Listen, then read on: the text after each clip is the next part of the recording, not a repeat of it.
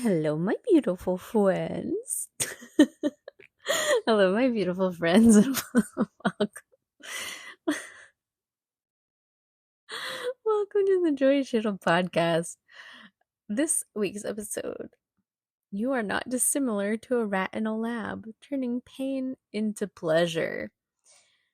When I thought of that title, I wrote that down and nothing else, but here we are months later, and I found the title, and I was like, oh yeah, I know exactly what this is.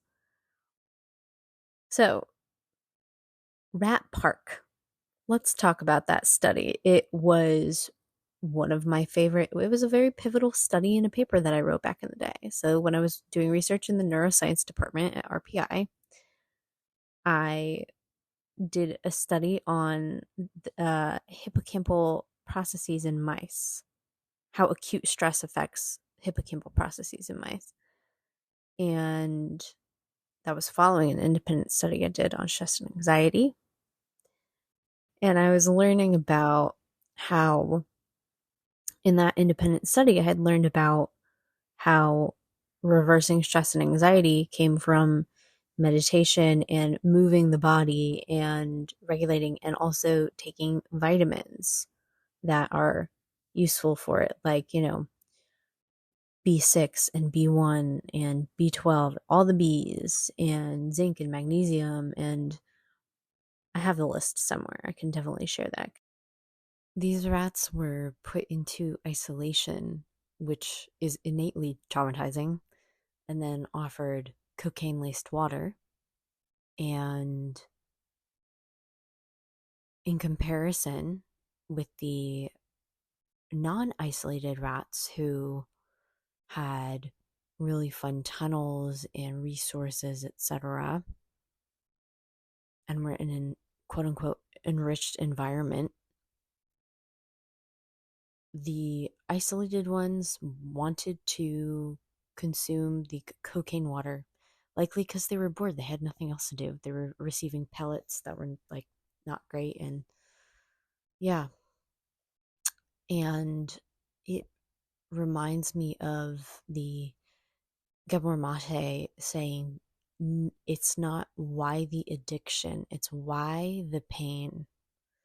Because when people are connecting with any substance over and over again, whether it be a substance, whether it be a television show, whether it be excessively reading books, it's trying to escape some sort of pain or process some sort of pain, numb from some sort of pain that you have no other way of moving on from.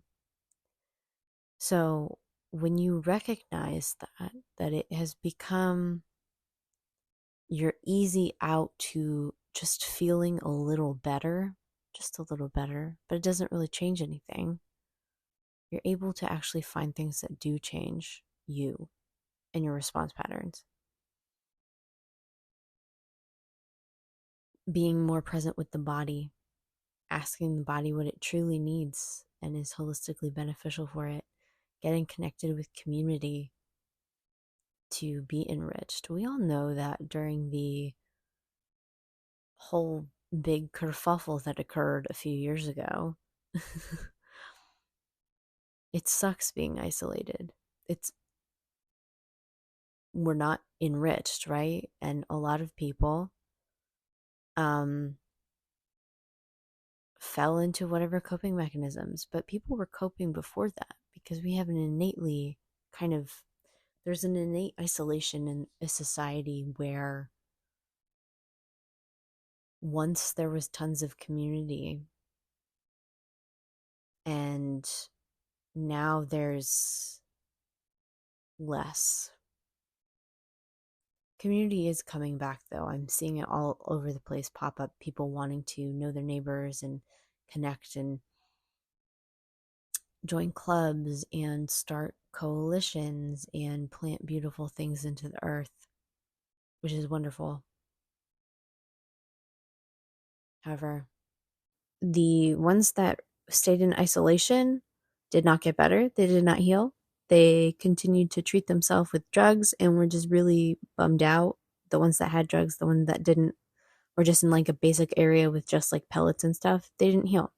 The ones that were in an environment with other people healed. Sorry, people, rats, other rats. Rats are people too. Rats are rat people. We're human people. I redirect. The rats that were in community and could connect and co-regulate, rats being around healthy rats doing their rat activities, got better. And their brains were healthier. They didn't want the drugged water because it didn't serve them. And they were fed better food, and they had little slides and tunnels and activities that were stimulating and fun for them to play. Because that's right, guys, rats play. They're just like us. Um, anyway, we're social creatures. We humans are social creatures, having healthy connections that allow growth and us to be in a thriving and alive state, fully enriched. If there's isolation occurring, then we're not being stimulated in the ways that we're meant to. We're meant to relay information to each other and share and expand and grow. When there is some sort of interpersonal trauma, like perhaps your relationships in the beginning of your life were tumultuous or difficult in a way. So there were patterns that were taught, passed, learned that caused you to connect with people in a different way. When there's shame involved, healing is diverted. When there's guilt, pain, anger, regret, etc., healing is not the thing that's being focused on. Whatever the idea you're believing in and pouring life into, so whether that's like replaying something, if you're complaining or judging at all, you're not in the healing state.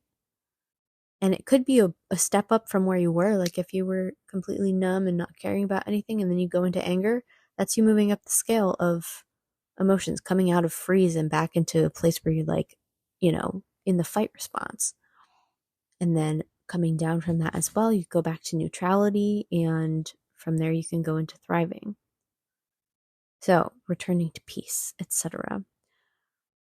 If you're reacting in ways where you're noticing lots of judgment coming up or yelling or something, do the work on yourself. You get to do the work to change your response patterns. I don't care how old you are. You're still young.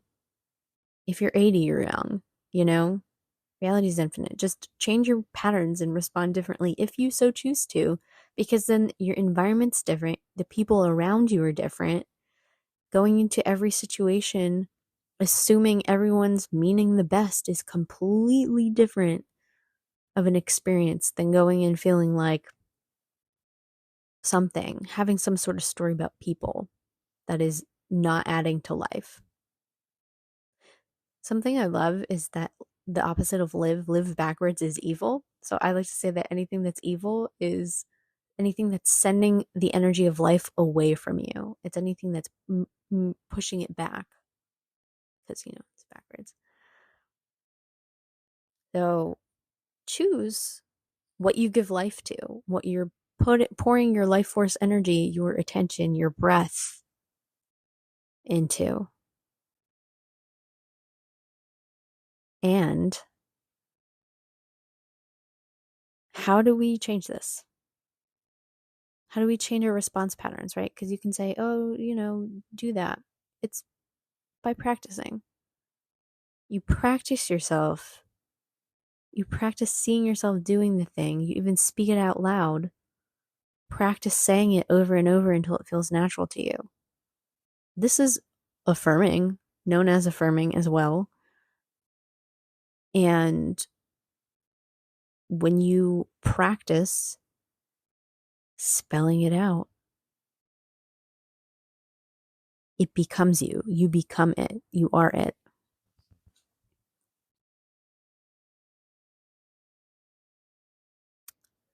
So, practicing these thoughts, that's step number one, right? Step number 1, changing thoughts.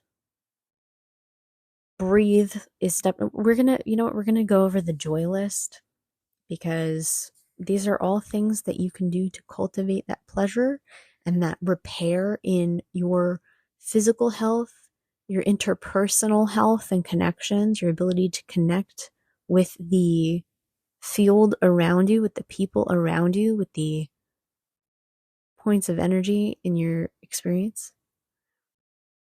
You can cultivate joy and pleasure through that are simple, easy, everyday things that increase your wellness and your pleasure. So, number 1 is breathe. The way that we breathe is the way that we think, it's the way that we spend our time, it's the way we speak, it's the way that we spend our money, it's the way we receive pleasure and joy and love. So, if you're holding your breath, let it go. Exhale, breathe in. And as you breathe in, allow yourself to feel the pleasure of the air caressing your nostrils, tickling your brain, going down your throat. Allow breathing to feel good. Breathe in pleasure. Inhaling and exhaling, just feeling complete satisfaction in the existence of the breath.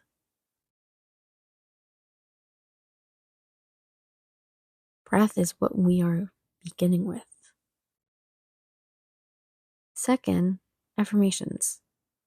You're selecting the new thoughts of your being and practicing it until you become it. You're practicing spelling it out to your reality, who you are, what you're giving, and what you're receiving.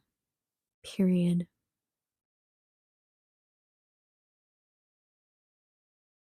Laugh. Number 3 is laugh. It's not on the original list, but it is the original list. The first 2 things I listed, I believe, both I put under now a category of feeling pleasure and appreciation. So, laughter, the best medicine, as some might say.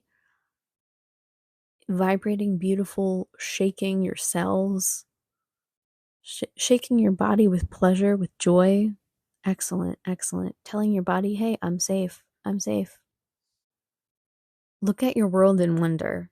Allow yourself to be as amused by the shape of a leaf or a bug as a tiny child would be. Laugh at the silly things. Laugh several times a day for no reason, simply because you can and you choose to. It's excellent for your body. The way it shakes and vibrates you.